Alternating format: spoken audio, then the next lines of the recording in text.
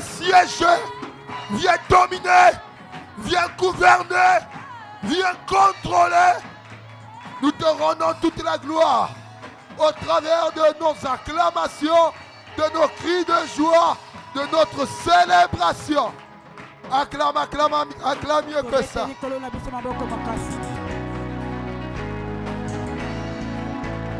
Alléluia. Amen. Tu peux encore acclamer le Seigneur. Tu peux saluer l'ambassadeur qui est à ta gauche et à ta droite. Déclare une parole de bénédiction.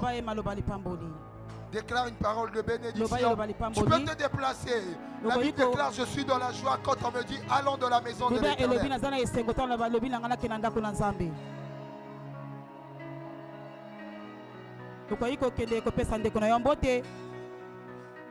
Demande son nom, demande son prénom. Sois dans la joie, manifeste un peu de joie. Manifeste la joie. Manifeste la joie.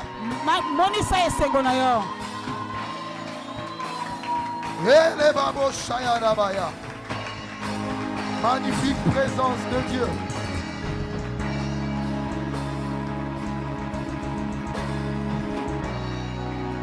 Tu peux prendre place maintenant.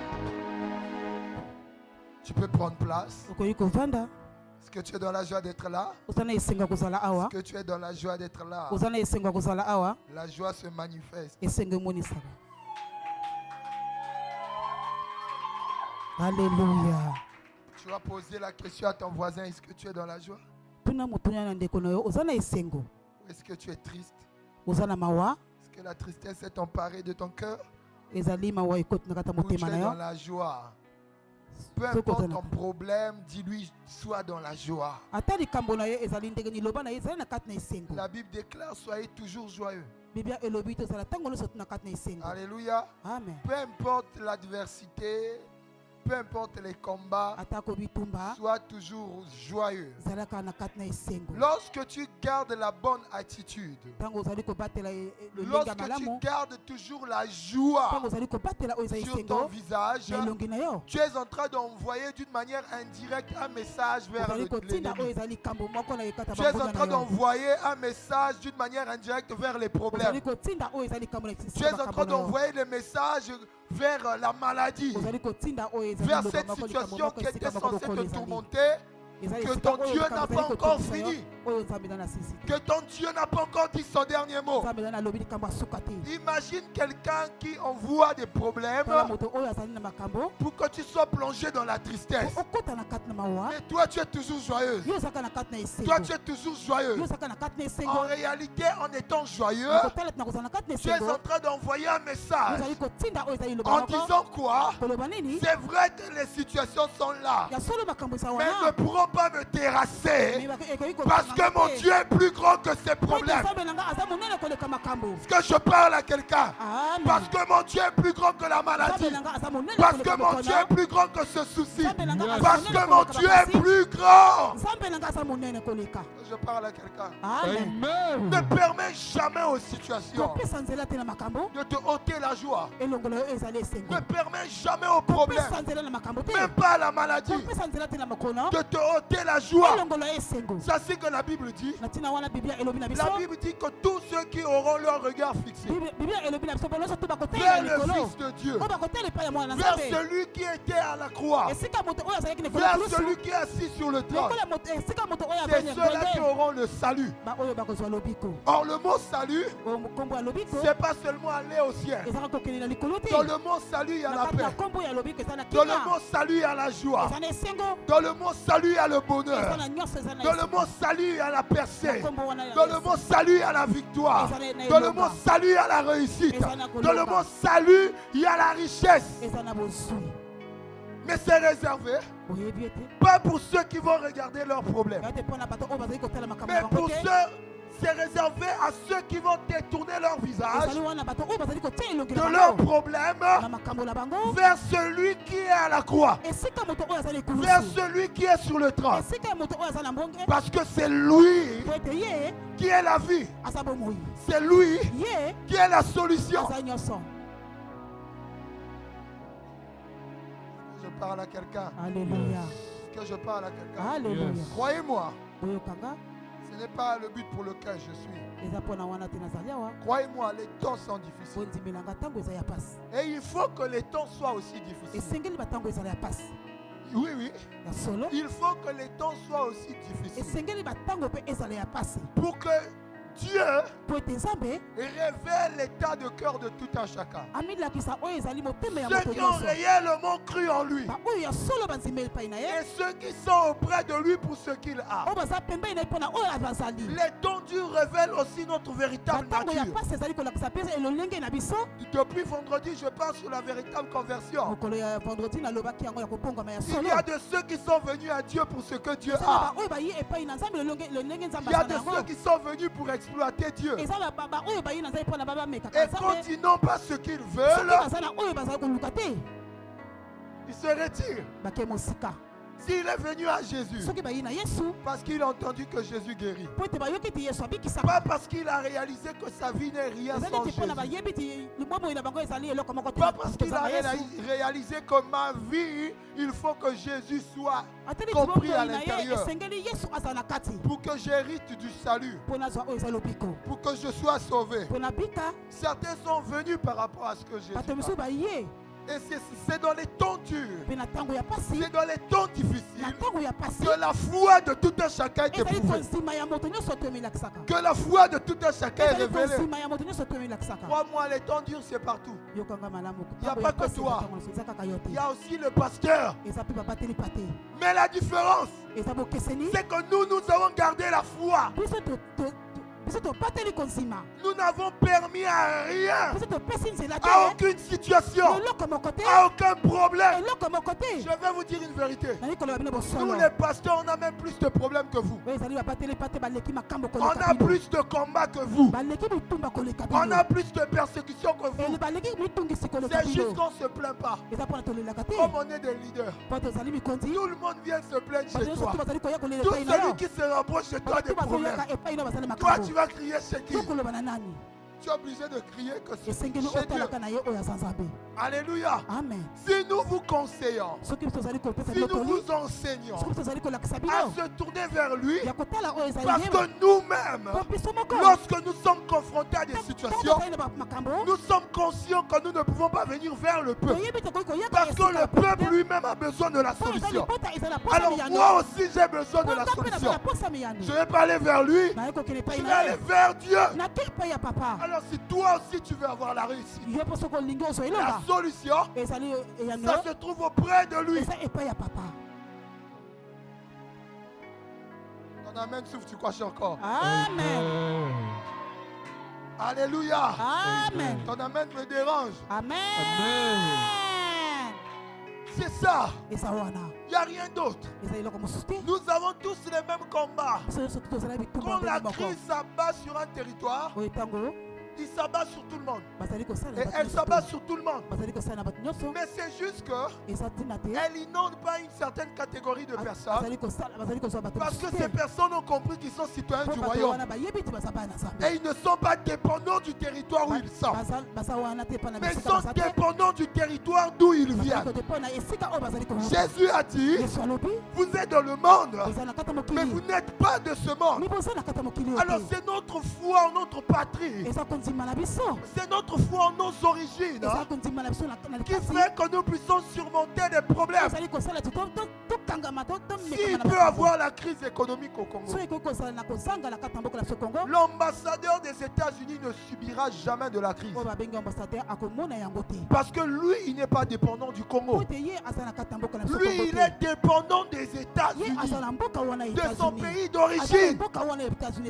Et son pays va le ravitailler quand il en baisse. Mais est-ce que toi tu as foi que tu as un pays d'origine, que tu as un chef là-bas avec qui tu es en contact, et lorsque ça va passer, lui là-bas qui règle les problèmes, qui intervient en ta faveur? Alléluia. Amen. Ne permets pas aux problèmes, s'il te plaît. Ne permets pas aux situations, s'il te plaît, de te ôter la joie. Il y a des chrétiens qui ont 20 ans aujourd'hui. Je parle de 20 ans d'âge.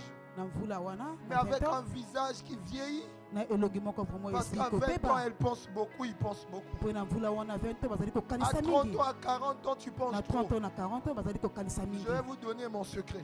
Je crois en Dieu aveuglement. J'ai arrêté de me casser la tête dans la vie. Je ne veux pas vieillir avant le temps. J'ai arrêté de me casser la tête. C'est ainsi, quand il y a des situations qui arrivent, je dis juste, je sais que rien n'échappe à ton contrôle. Tu n'as qu'à gérer ça. Moi, je veux dormir paisiblement. J'ai foi. Alléluia. J'ai foi. Commence à mettre Dieu à l'épreuve. Commence à faire ce que je te dis. La différence est juste dans l'obéissance. Ce sont les mêmes choses que nous pratiquons. Commence à seulement mettre en pratique. Tu verras comment ça sera normal. Comment les choses vont aller sur des roulettes. Donne-moi amen bien. Amen. Je vais maintenant rentrer dans mon message. Acclame le Seigneur. Non, tu n'acclames pas bien. Là, tu as clamé pour le pasteur. Tu as clamé pour ton voisin. Maintenant, je veux que tu acclames pour le Seigneur. Alléluia. Alléluia. Amen. Nous allons prendre nos Bibles dans le livre de Matthieu chapitre 8, les versets 30 à 32. Puis Matthieu 12. 43 à 45. Matthieu le chapitre 8, les versets 30 à 32, la Bible déclare: il y avait loin d'eux un grand troupeau de pourceaux qui paissaient. Les démons priaient Jésus, disant: si tu nous chasses, envoie-nous dans ce troupeau. Là, on nous parle de l'histoire du fou de Gadara. Jésus arrive dans un territoire et il rencontre là un homme qui était habité par des légions de démons. Et lorsqu'ils ont seulement vu Jésus de loin, ces démons sont venus et ils ont commencé à dire à Jésus: pourquoi tu nous tourmentes avant le temps? Or, ces démons-là, le fait qu'ils habitaient dans ce corps, il rendait ce dernier esclave. Il tourmentait ce dernier. Continue. Les démons priaient Jésus, disant: si tu nous chasses, envoie-nous dans ce troupeau de pourceaux. Verset 32, il leur dit: allez. Ils sortirent et entrèrent dans les pourceaux. Et voici, tout le troupeau se précipita des pentes escarpées dans la mer. Ils périrent dans les eaux. Jésus les a ordonnés de partir. Et ils sont sortis. Lis la suite. Verset 33. Nous sommes au verset 33. Ceux qui les faisaient paître s'enfuirent. Et allèrent dans la ville raconter tout ce qui s'était passé et ce qui était arrivé aux démoniaques. Continue. Verset 34. Alors toute la ville sortit à la rencontre de Jésus, et dès qu'ils le virent, ils le supplièrent de quitter leur territoire. Continue. Ça s'arrête là, papa. Ah, d'accord. Prends le verset qui va suivre. Matthieu 12, 43 à 45. Matthieu le chapitre 12, les versets 43 à 45, la Bible déclare: lorsque l'esprit impur est sorti d'un homme, il va par des lieux arides. Il va dans les lieux arides. Cherchant du repos. Et il n'en trouve point. Pas. Alors il dit: je retournerai dans ma maison d'où je suis sorti. Et quand il arrive, il la trouve vide. Balayée et ornée. Il s'en va et il prend avec lui 7 autres esprits plus méchants. Plus méchants que lui. Ils entrent dans la maison, s'y établissent. Et la dernière condition de cet homme est pire que la première. Il en sera de même pour cette génération méchante. Acclame le Seigneur royal. La Bible dit ceci. Lorsqu'un démon est chassé, il sort. Il va prendre cet esprit plus fort. Non, il sort d'abord. Il revient. Quand il constate que la maison n'est pas habitée, il va prendre cet autre démon plus fort que lui. Et il les emmène dans cette maison qui n'est pas habitée. Et la Bible déclare que le cas de cette personne qu'on avait délivré hier là, son cas deviendra pire qu'avant. Combien de personnes qu'on a délivrées? Et aujourd'hui, leurs cas sont pires que hier. Parce que ces derniers n'ont pas su conserver la délivrance. Mais là n'est pas mon sujet d'aujourd'hui. Ce soir, plaise à Dieu, je continuerai par la grâce de Dieu. Je parle sur le thème pourquoi la délivrance. Dis avec moi, prophète. Pourquoi la délivrance? Pourquoi la délivrance? Dis encore pourquoi la délivrance? Pourquoi la délivrance? J'aimerais que tu le dises plus fort. Pourquoi la délivrance? Pourquoi la délivrance? Alléluia. Amen. Déjà, il est important de savoir qu'il y a une grande différence entre le combat spirituel et la délivrance. Ces deux sujets que plusieurs personnes ont souvent tendance à confondre. Il est vrai qu'il est possible qu'il y ait délivrance dans le domaine du combat spirituel. Mais le combat spirituel n'est pas toujours la délivrance. Je répète encore, il est possible qu'il y ait délivrance dans le combat spirituel.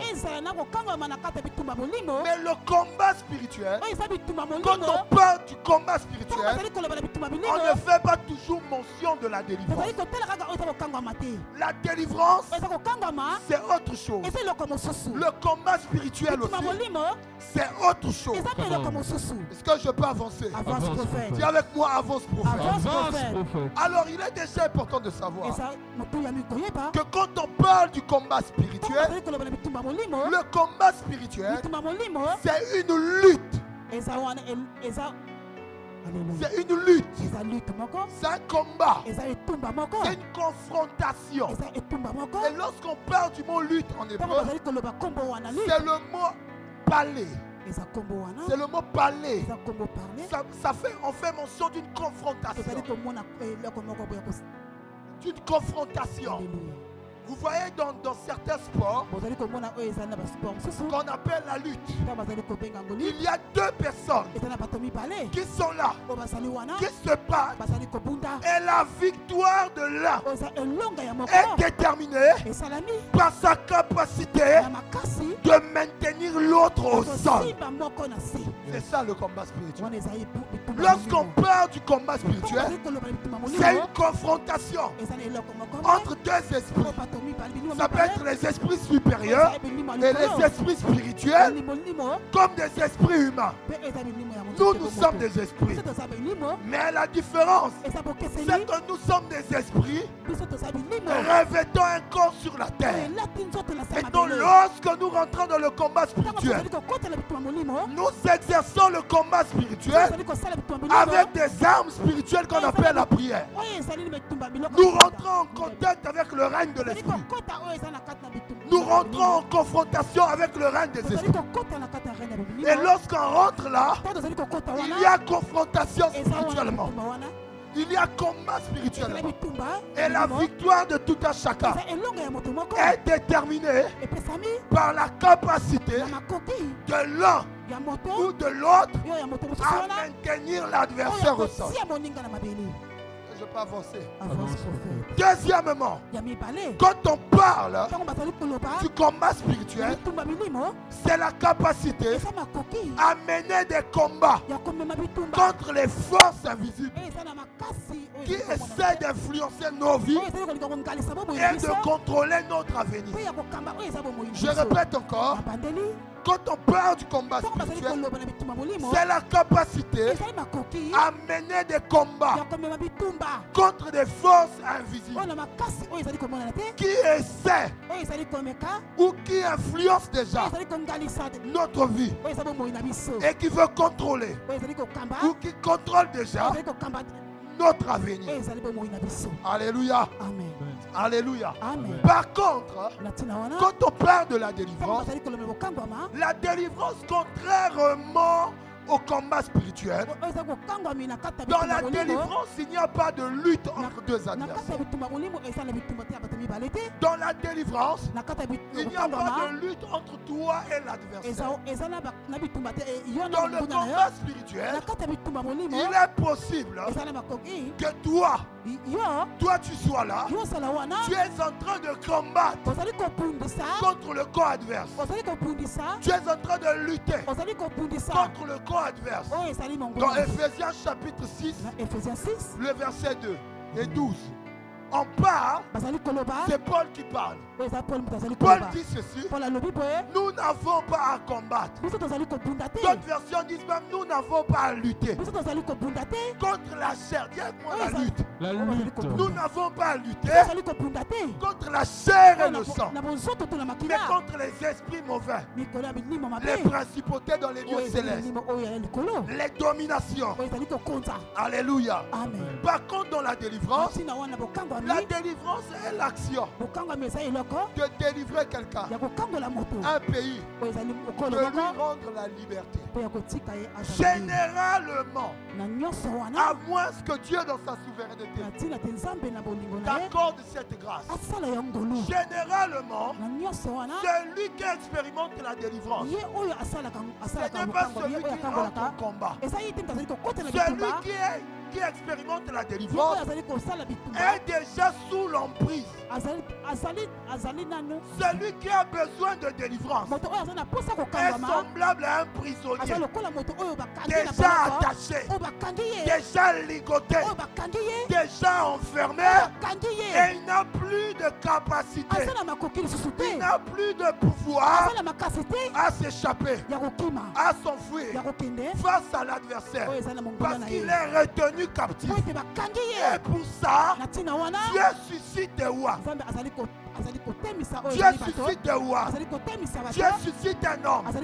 Dieu suscite une personne pour rendre la liberté à cette personne. Est-ce que je parle à quelqu'un? Quand on fait mention de la délivrance, même dans l'intercession, souvent les intercesseurs confondent ça. Les églises aujourd'hui confondent certaines choses. Ils appellent combat spirituel délivrance, prière de délivrance. Il y a des prières de combat spirituel et il y a des prières de délivrance en faveur d'eux. Mais généralement, celui qui est déjà emprisonné ne peut pas expérimenter la délivrance de lui-même. Il faut que Dieu suscite quelqu'un pour le sortir de la prison, parce que la personne est déjà en prison. Maintenant, certaines personnes expérimentent une délivrance personnelle. Ça, c'est dans la souveraineté de Dieu. Paul était déjà en prison. Ils étaient là emprisonnés, et pendant qu'ils chantaient des louanges à l'Éternel, la gloire de Dieu est descendue, la terre a tremblé, les portes de la prison se sont ouvertes et Dieu a envoyé son ange. Ça, c'est dans la souveraineté de Dieu. Mais vous voyez que Paul étant dans la prison, c'est pas lui qui a ouvert la prison, mais Dieu a envoyé un ange dans sa souveraineté pour le délivrer. Mais dans la majorité des fois, lorsqu'on parle de la de la délivrance, c'est-à-dire c'est l'action de délivrer. Quelqu'un qui est sous l'emprise, quelqu'un qui est emprisonné, comme Israël était sous l'emprise de Pharaon. Israël était sous la servitude égyptienne. Et ils étaient là. Mais d'eux-mêmes, ils n'avaient pas la capacité. Bien que devenant nombreux, ils n'avaient pas la capacité de sortir.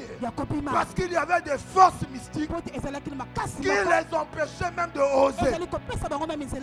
Parce qu'il y avait des forces spirituelles qui les empêchaient même de penser un jour à la fuite. Et ils étaient là. On les gardait là. On les a gardés là. Dans un système de vie, dans un système de mentalité, mais qu'eux ne voulaient pas. Mais on le leur a imposé parce qu'ils étaient devenus des esclaves. Et comme Moïse reçoit l'appel de Dieu, Dieu a dit à Moïse, je te choisis, je paraphrase, parce que j'ai entendu les cris de mon peuple et je t'envoie pour les délivrer. Et j'annonce à quelqu'un ce soir que je suis envoyé ce soir comme roi de l'Éternel pour te libérer de la captivité égyptienne au nom de Jésus. Tu n'acclames pas bien. Je dis, j'ai été envoyé. J'ai été mandaté. J'ai été mandaté. J'ai été envoyé ce soir pour te libérer de la captivité égyptienne. Et ce soir, si seulement tu crois, si seulement tu as la foi, ta situation ne sera pas la même. Tu ne ressentiras pas tel que tu es rentré. Parce que j'ai été envoyé. J'ai été mandaté. J'ai été établi comme roi ce soir pour ta délivrance, pour te sortir des griffes de Pharaon, pour te sortir de la captivité égyptienne. Alléluia. Des 400 ans d'esclavage sont arrivés à leur terme. Alléluia. Et c'est ce soir. Je dis c'est ce soir. C'est ce soir. Alléluia. Chaque fois. Là, je ne parle même pas de type de délivrance. J'en parlerai. Alléluia. Chaque fois que Dieu veut délivrer, Dieu envoie toujours quelqu'un. Parce que celui qui est prisonnier n'a pas le plein pouvoir, n'a pas la capacité. Il faut qu'un roi vienne. Il faut qu'un instrument de Dieu vienne pour te sortir de là. Tu envoyais un ange pour sortir Paul.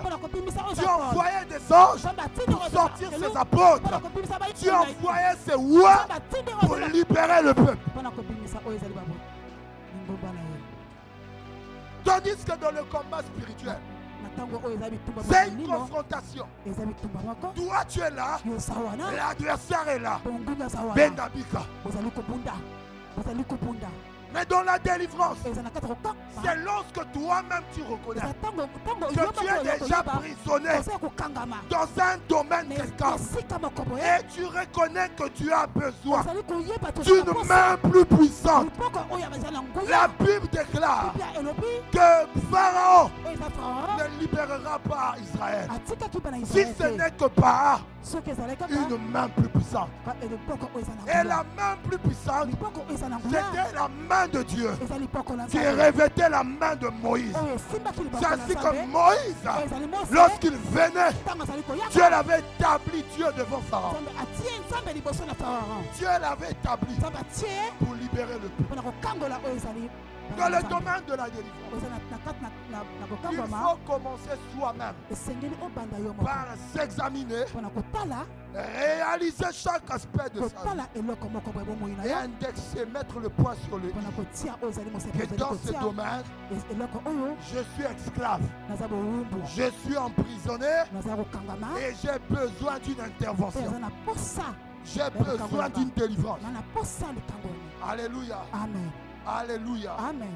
Alléluia. Amen. Lorsqu'on parle de la délivrance, j'ai dit premièrement, c'est l'action de délivrer quelqu'un, un pays, de lui rendre la liberté. Ça veut dire que ce dernier n'avait pas de liberté.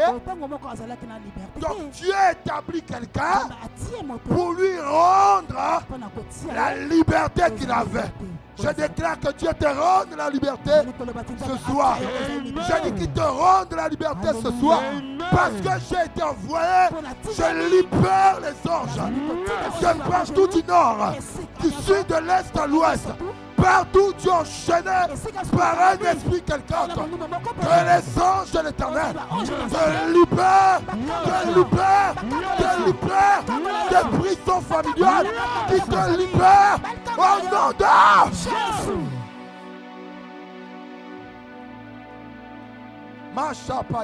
Avance.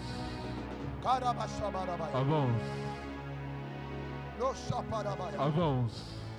Lorsqu'on parle de la délivrance, c'est le fait de sortir quelqu'un de l'emprise d'une force supérieure. Force supérieure pas pour moi, mais force supérieure pour toi qui es sous l'emprise. Israël était inférieur à l'Égypte parce que l'Égypte avait une force supérieure par rapport à tous les citoyens d'Israël. Alors Dieu établit un roi ayant une autorité supérieure à celle des Égyptiens. Ceux qui étaient là en Israël, tous ceux-là en Égypte plutôt, étaient sous la domination des Égyptiens. Étaient tous sous la domination de Pharaon. Alors ils n'avaient pas la capacité de sortir de là parce qu'ils étaient sans force. Dieu a pris son roi, Dieu l'a équipé, Dieu l'a taillé, Dieu l'a forgé, Dieu l'a roi et Dieu l'a mandaté pour les délivrer. Et quand Dieu l'a taillé, Dieu l'a habillé, Dieu l'a roi, il a donné une autorité supérieure à l'autorité sous laquelle les enfants d'Israël étaient.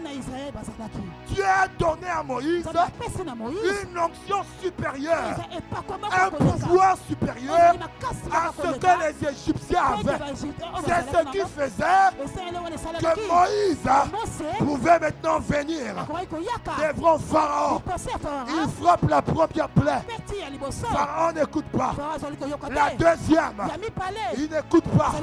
La troisième, il n'écoute pas. La quatrième, il n'écoute pas.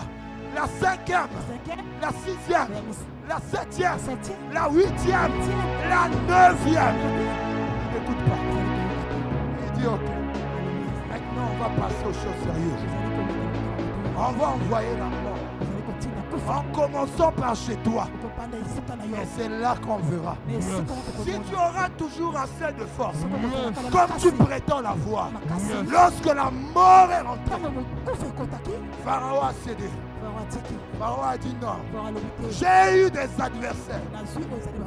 J'ai eu des confrontations. Mais celui auquel je suis confronté, il a un pouvoir supérieur. Il a une autorité supérieure. Des ennemis ne te lâcheront pas. Il n'y a pas une main plus puissante. Alléluia. Généralement, celui qui est emprisonné est inférieur à celui qui est emprisonné.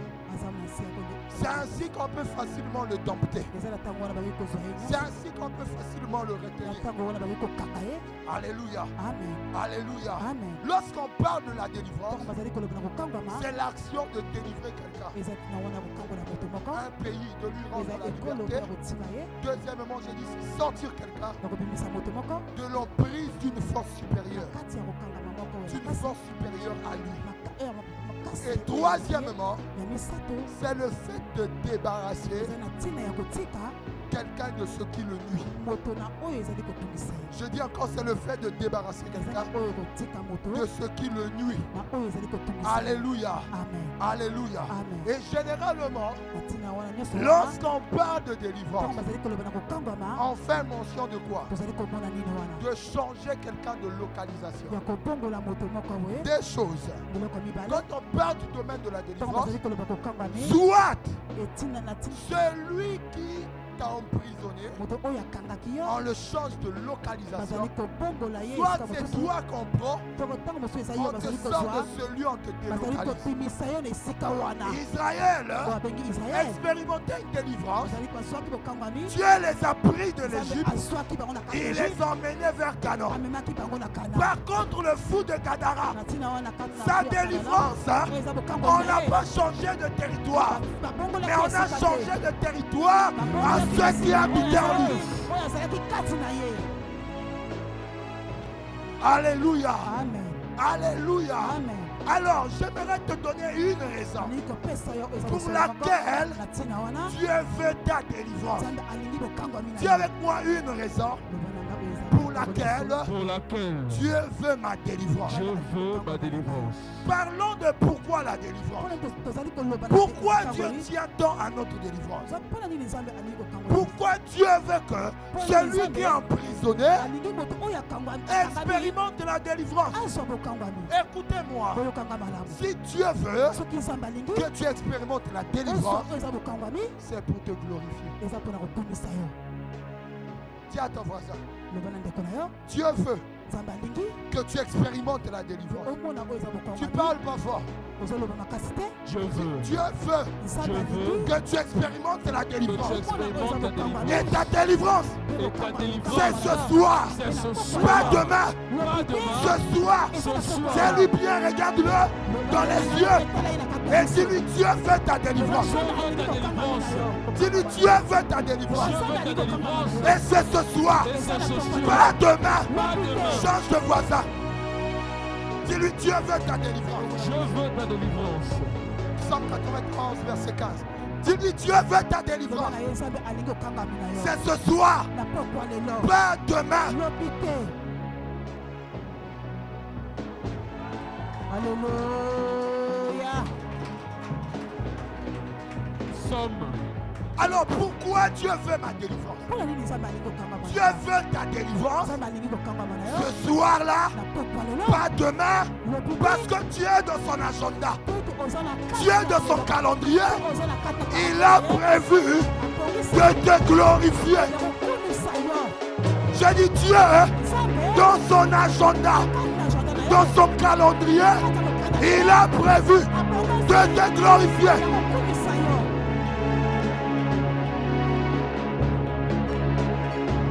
Vas-y, lis mon fils. Psaume 91, verset 15. Psaume 91, verset 15. Il m'invoquera. Il m'invoquera. Et je lui répondrai. Je serai avec lui dans la détresse. Je le délivrerai. Et je le glorifierai. Dis avec moi, il me délivrera. Puis il me glorifiera. Dis encore, il me délivrera. Puis il me glorifiera. Plus fort, il me délivrera. Puis il me glorifiera. Psaume 50, verset 4. Psaume le chapitre 50, verset 4. 15. Le verset 15. La Bible déclare, et invoque-moi au jour de la détresse. Invoque-moi au jour de la détresse. Je te délivrerai. Je te délivrerai. Et tu me glorifieras. Et tu me glorifieras. D'autres versions disent, je te délivrerai. Yes. Et je te glorifierai. Yes. Alléluia. Amen. Tu comprends par là que chaque fois qu'on parle de la glorification, la glorification est précédée par la délivrance. Dieu dit que je te délivrerai, puis je te glorifierai. En d'autres termes, si tu veux voir la gloire, tu dois commencer par expérimenter la délivrance. Combien de personnes disent, Seigneur, fais-moi voir ta gloire. Et depuis que tu demandes la gloire, tu n'expérimentes pas de gloire. Pourquoi? Parce que quelque part, tu es encore sous un joug. Quelque part, tu es emprisonné. Quelque part, tu es sous un empire. Quelque part, tu es sous une force supérieure. Quelque part, tu es sous une domination. Et cette domination t'empêche de vivre la gloire. Cette emprise t'empêche de vivre l'épanouissement, t'empêche de vivre la percée, t'empêche de vivre la réussite. L'emprise de l'ennemi, l'emprise des Égyptiens sur toi t'empêche, Israël, de vivre la joie, d'expérimenter la liberté. Parce que Satan te maintient captif dans un domaine. Tu es prisonnier quelque part et tu n'as pas de liberté. Un prisonnier dans une prison, si la prison n'a que 1 mètre sur 1, ça veut dire qu'on a conditionné tous ces mouvements à une distance de 1 mètre seulement. Même s'il veut parcourir 2 mètres, il ne peut pas, parce qu'on l'a emprisonné dans un périmètre de 1 mètre. Quand tu es emprisonné, tu ne peux pas vivre ce que tu veux. Tu ne peux pas faire ce que tu veux. Parce qu'on t'a conditionné. On t'a maintenu sous un pouvoir. Prophète, pourquoi je vis par la gloire? Pourquoi ce que je veux, je ne l'obtiens pas? Parce que tu es sous une emprise. Et tu as besoin d'une main plus puissante. Tu as besoin d'un pouvoir supérieur à celui de ce qui... à celui de... Tu as besoin d'un pouvoir supérieur. Supérieur à celui qui t'a maintenu sous son pouvoir. Il faut qu'il y ait une onction qui descende. Il faut qu'il y ait une voix supérieure qui parle sur ta vie. Et les chaînes vont se briser. Je dis ce soir, les chaînes seront brisées. Et tu vas sortir. Acclame royalement.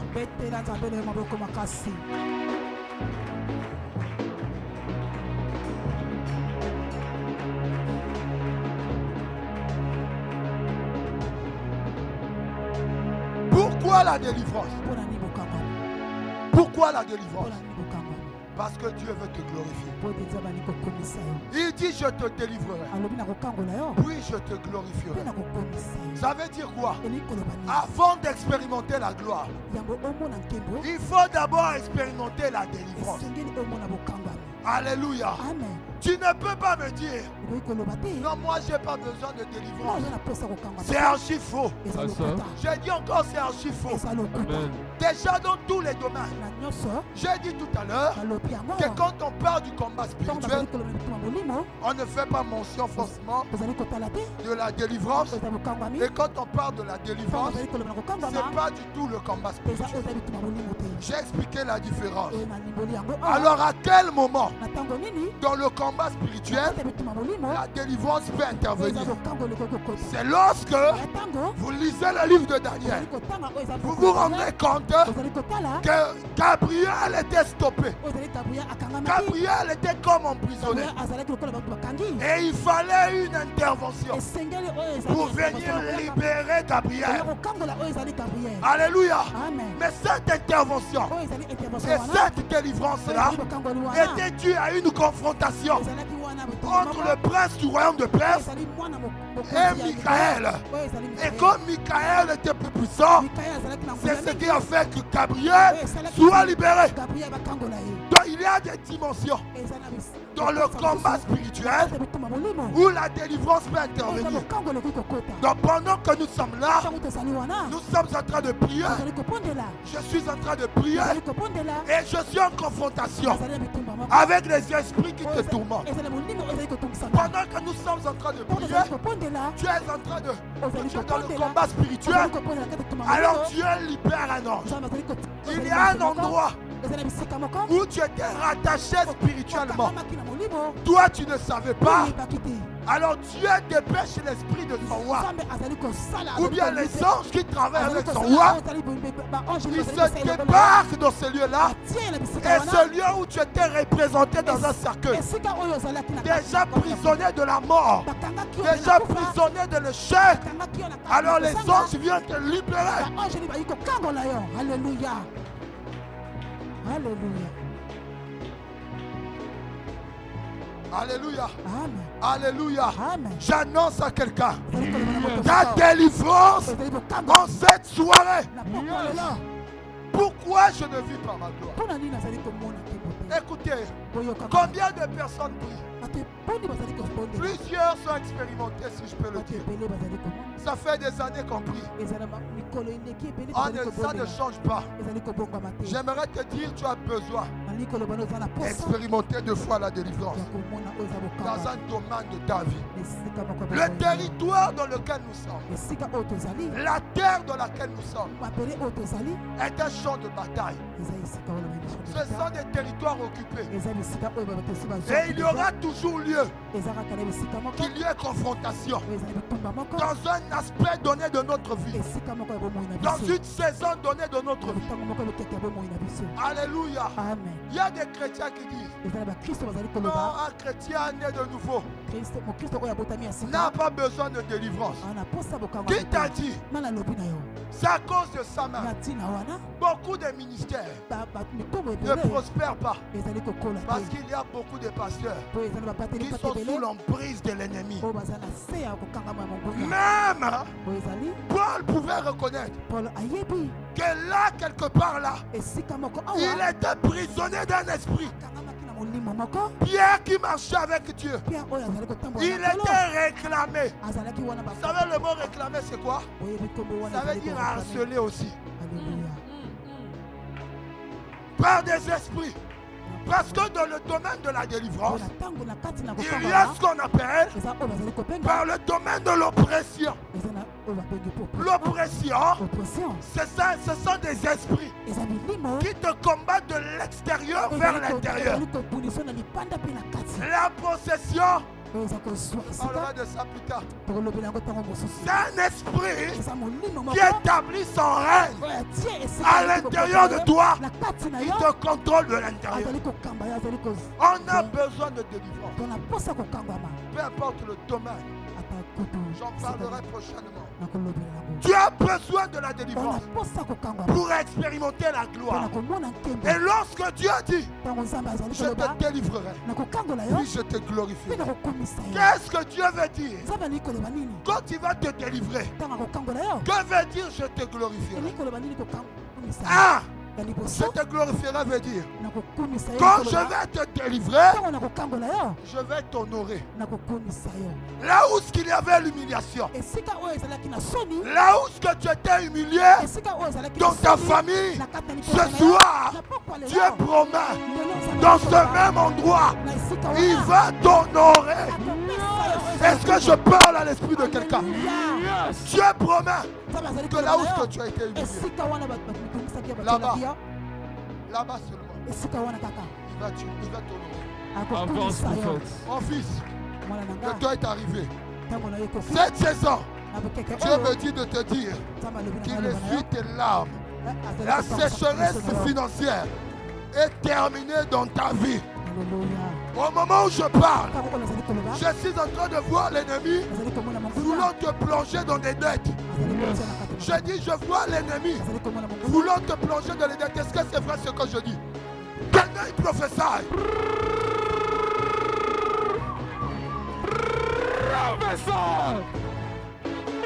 Mais le Seigneur me dit que cette saison est expirée pour ta vie. Je prophétise et je déclare: tout celui qui fait ton malheur en cette saison, je l'efface de la surface de la terre. Au nom de Jésus.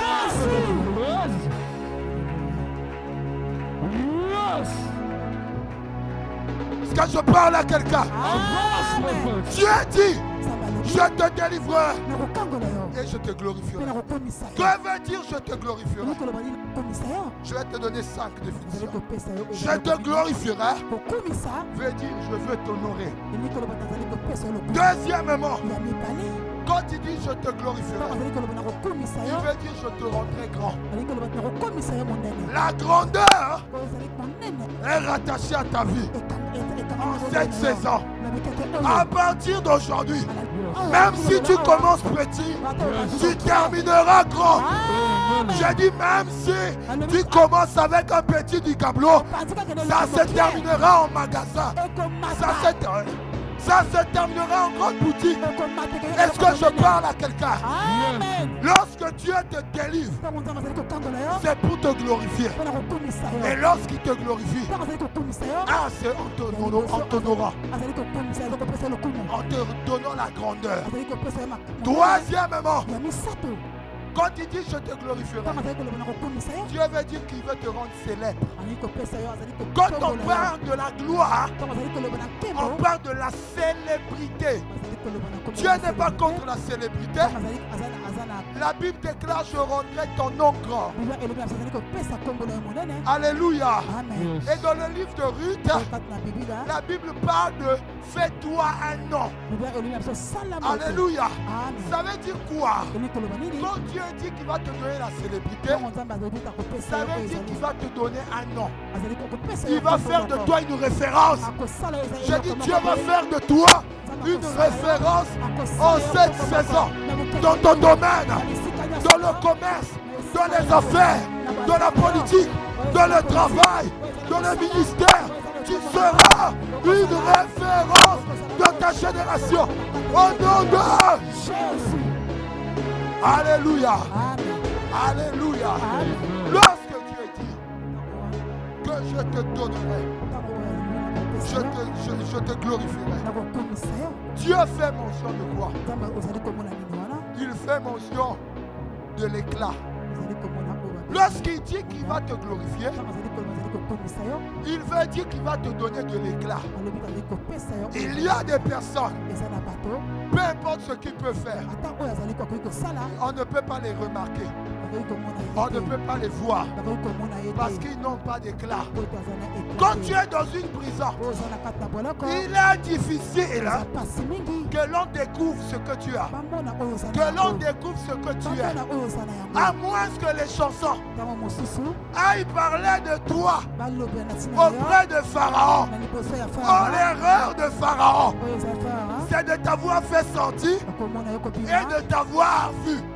Parce que dans la prison, on ne pouvait pas voir l'éclat de Joseph. J'ai dit dans la prison, on ne pouvait pas voir l'éclat de Joseph. Oh, c'était la stratégie de Dieu. Pharaon dit, sentez-le d'abord. Je vais d'abord le voir. Je vais d'abord le contempler. Je vais d'abord l'observer. Et quand tu vois Joseph sortir, il voit l'éclat qu'il transportait. Alléluia. Quand Dieu dit qu'il te glorifiera, Dieu dit qu'il te donne de l'éclat. Alléluia. Alléluia. Alléluia. Dis avec moi: je te délivrerai et je te glorifierai.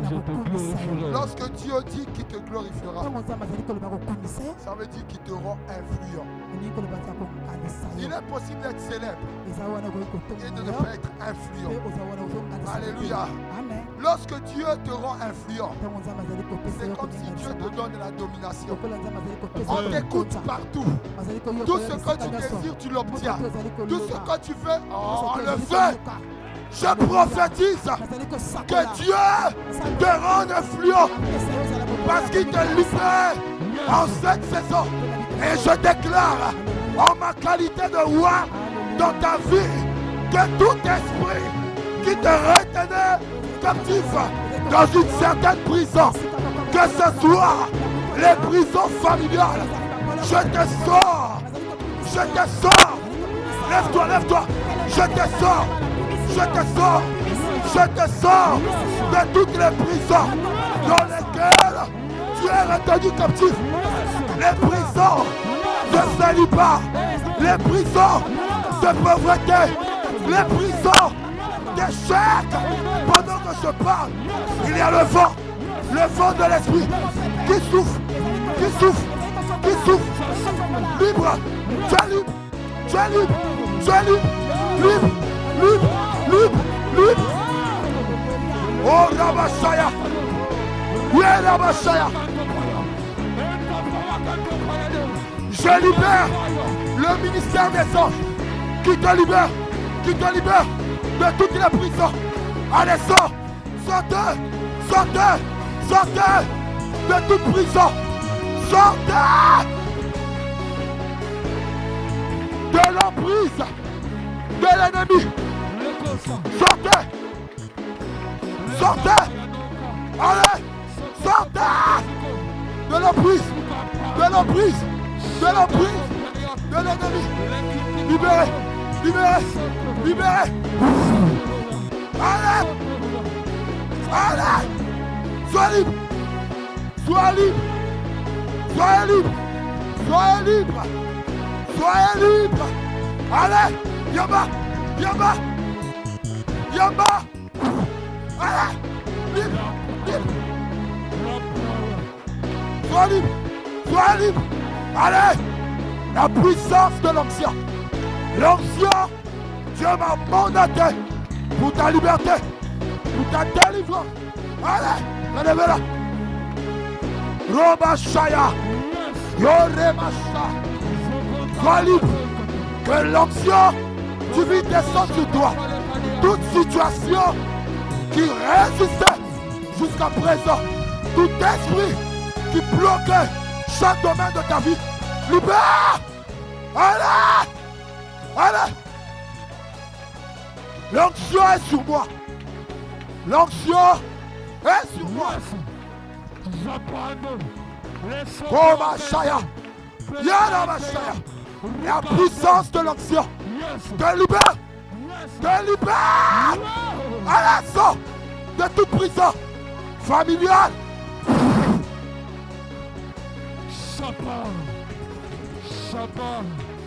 Zambe na lola! Zambe na kuya! Zambe na bikabwa! Yamba! Salali!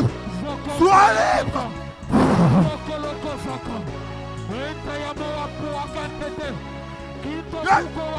Libre! Libre! Sois libre! Sois libre! Hey! Libre! Libre! Allez, Bima! Bima! Bima! Bima! Sors! Sors! Zambe na nkembo! Zambe na kuya! Yamba! Yamba!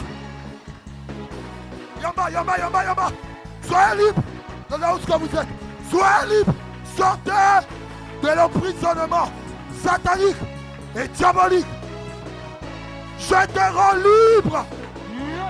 Libre! Au nom de Jésus! Alléluia! Tu peux royalement acclamer le Seigneur.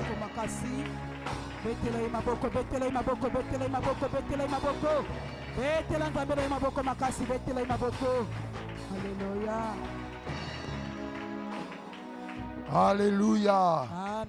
Tu peux acclamer le Seigneur.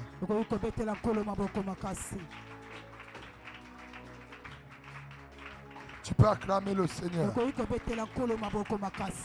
Je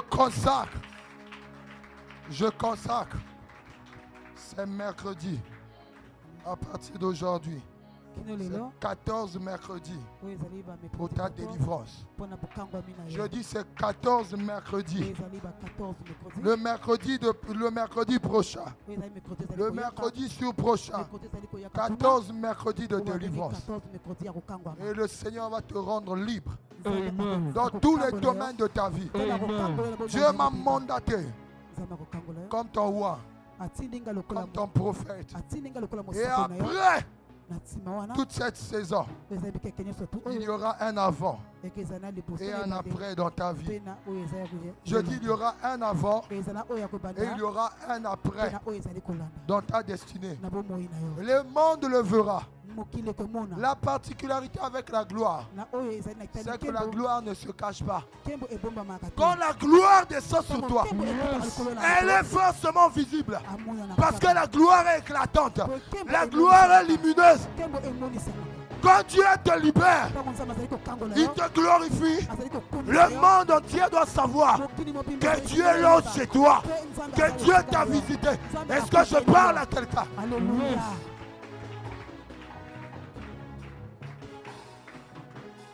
Tu vas tenir ton offrande.